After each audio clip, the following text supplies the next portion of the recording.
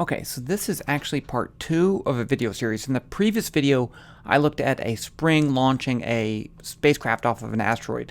Now I want to take it to the case where the asteroid's mass is very low, especially compared to the satellite. So this is the, what was it, Bennu. That's the name of that asteroid right there. I got that asteroid picture from NASA. There's an image credits on there. Okay, so actually I did calculate this. I calculated what kind of spring constant you'd need to launch a spacecraft from a low mass asteroid, and I did that. And I'm not going to go over every single little detail, but I will go over some.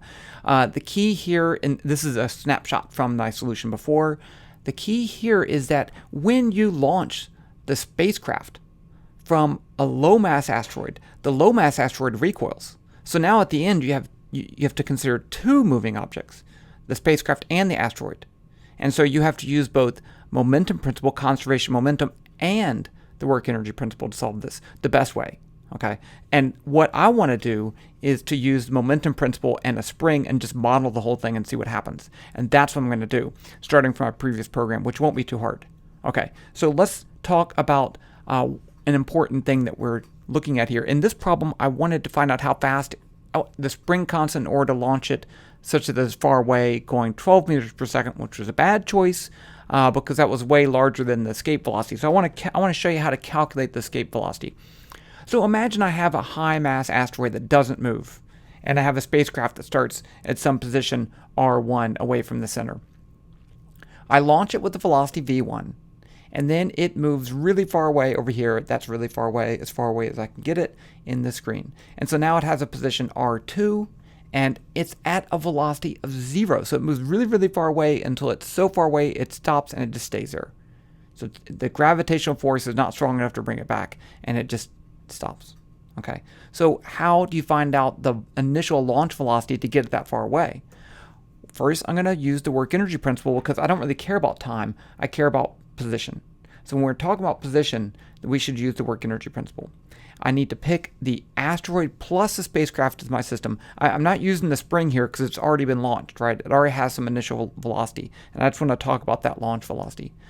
So here's the work energy principle. So there's nothing doing work on the system of the asteroid and the spacecraft, so the work is 0. That means that's going to be the change in energy, which is the change in kinetic energy, plus the change in potential energy, where the kinetic energy is 1/2 mv squared, and the gravitational potential energy is negative g, mass of the asteroid, mass of the satellite, spacecraft, over r. And in the kinetic energy, that m is the asteroid's not moving, so that should be mass of the spacecraft. So then I can just put in my kinetic and potential energies for position 1 and 2, and I get 0, no work done, is K2 minus K1, change in kinetic energy, plus U2 minus U1, change in potential energy. Now, 2 of these terms are 0. The final kinetic energy is 0 because the final velocity is 0. And the final potential energy is 0 because R is really big. And so you can see the gravitational potential energy decreases with the increase in R. So if R is really big, then potential is really small. So this means that 0 equals negative K1 minus U1, and I can plug in my values for K1 and U1, and I can set them equal to each other. Oh, I'm sorry. K1 is negative U1. That's why the negative sign went away. Now all I have to do is solve this for V1, multiply both sides by 2, divide both sides by ms, take the square root, boom. That is your velocity in order to get far, far away and never come back, escape velocity. Okay, now this is the escape velocity for a spacecraft from a high mass asteroid. But I think it's a good thing to talk about because I want to find that for my spring model system. Okay, so here, how are we going to do this numerically? So we're going to start off with an asteroid, and we did this already. And there's a spring compressing the spacecraft. Okay, and so I need to calculate 2 forces. I need to calculate the spring force and the gravitational force. For the spring force, I need this vector L, which is the vector length of the spring, and then L0 is the uncompressed length of the spring. I also need L hat, which is a unit vector in the direction of the spring. So I can calculate the spring force with that. I get negative K times the magnitude of L minus L0. That tells me how much it's compressed times L hat. So that makes it back into a vector. And so in this model, K is the spring constant. How stiff is that spring? Now, I want to launch the spacecraft. So I'm going to say if the magnitude of L is greater than the unstretched length of L of the spring, then there's no force. Okay, so it's not going to pull it back. It's just going to push it, and then it's not going to come back. Once it gets further away, then there's no spring, but I do have, and this is there all the time, I do have the gravitational force, so I need to calculate this vector r, which is from the center of the asteroid to the center of the spacecraft. So I can just take the position of the spacecraft minus position of the asteroid, subtract them, and that's my r. And then I can calculate the gravitational force, negative g ma ms over r squared, r hat, where r hat is a vector in the direction of the vector r. And so the one last thing that will be important once you go to a low mass asteroid is that there are two forces, right? Forces are an interaction between two things. So if the asteroid pulls on the spacecraft pulls back on the asteroid with the same gravitational force, just in the opposite direction. So if it has a low mass, then I have to take into account that force on the change in momentum of the asteroid for both the spring and the gravitational force. Okay, so here's the plan, and this is from before. Number one, calculate the net force. It's the spring force plus the gravitational force. Use that to update the momentum.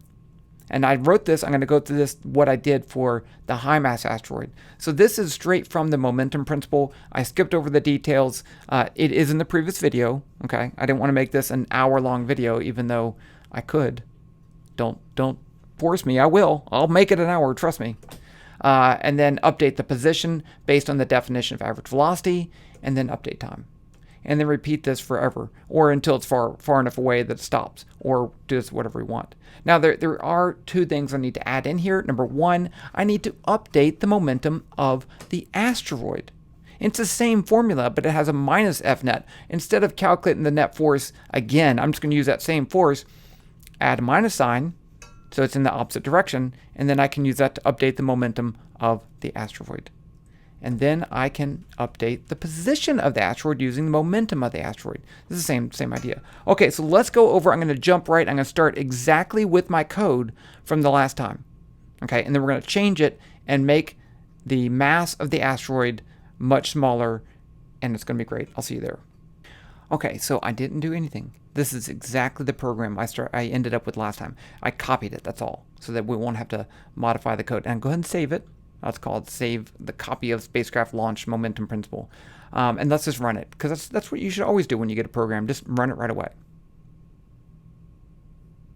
So you see here a couple things. I did end up changing the mass of the asteroid in order to make things more interesting.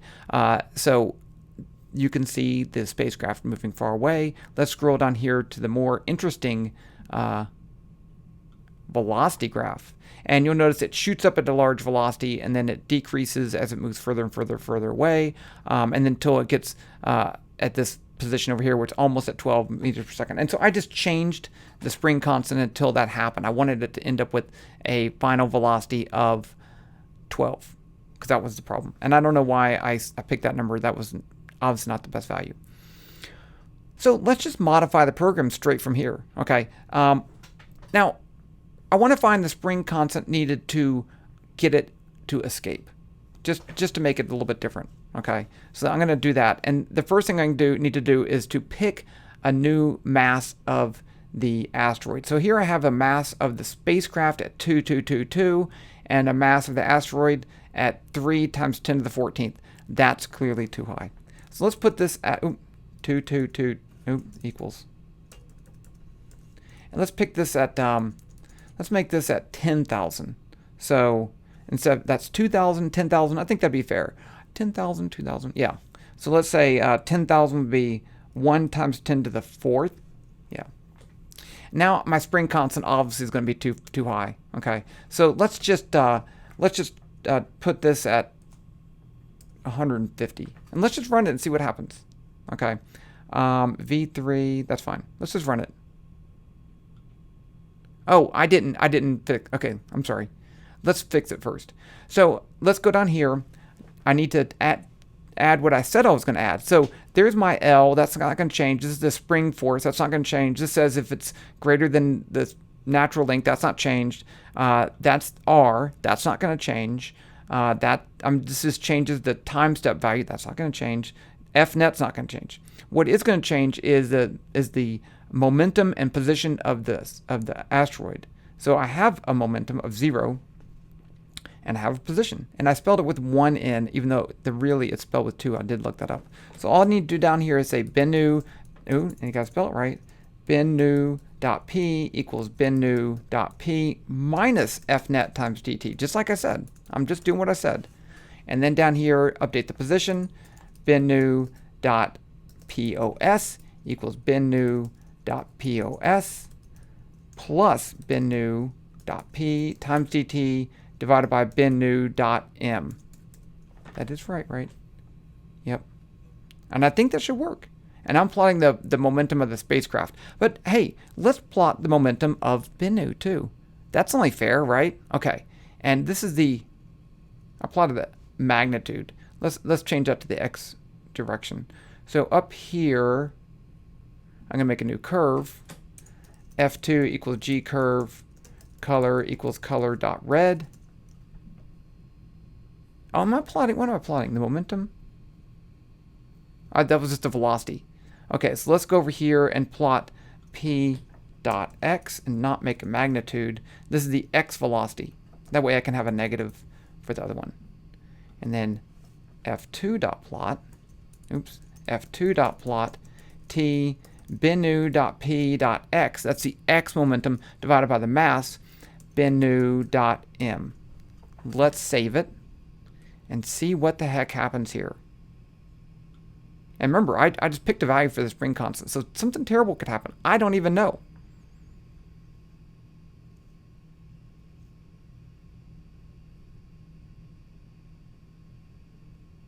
Okay, it launched. I think it escaped. So you see here that the velocity just reached some constant value and it's not even really changing. And if you look over here, it did leave. It's the mass of the asteroid is so pathetically low that there is no escape velocity, right? Let's print that out. Let's print out the escape velocity, assuming the mass of the spacecraft doesn't matter. So down here, I'll just go v escape equals square root of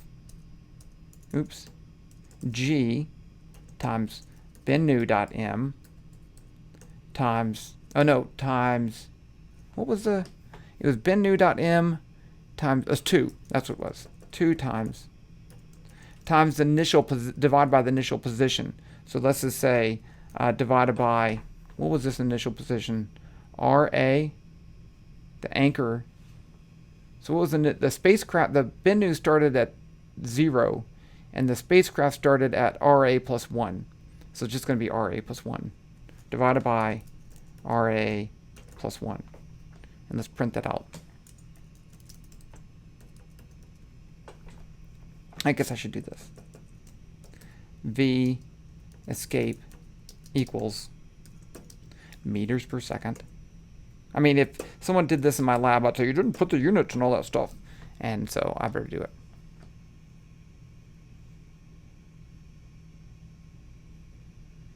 Okay, it's got to run. Now, one thing you also notice is that since it's not going very fast, I didn't launch it very fast, it didn't get very far fast enough, so the time step decreases as it gets further away. The time step gets bigger, so it runs faster as it gets further away, but it doesn't get far away, so it doesn't run faster. So this is a bad program, and I'm not sure what I'm going to do to even fix this. But you will notice here that there is a recoil velocity for the asteroid, so I think that's pretty cool. The problem here is that the launching spring, like I said, the real problem is the escape velocity is just trivial. So it's no fun. And now you'll notice it's going a lot faster now because it's getting further and further away. And now I'll just have to wait. Okay, there, I think it finished. The escape velocity, look at that. The escape velocity. It's just pathetically small. And so that it already reached escape velocity just by shooting this thing up. So I don't think I'm going to work on this problem anymore. it was interesting to think about. It's interesting to model these motions. There is one thing that I do kind of want to do. What if I don't launch? Actually, I'll do it. I'll leave it as a homework. Go back to the heavy mass asteroid and launch this at an angle. So what if it's launched like this way? What would happen then? It should have the same escape velocity. It shouldn't matter which direction you launch, because the work energy doesn't depend on direction. Okay, well, that's enough for now. I'll talk to you guys later. We'll do some more physics, and it's going to be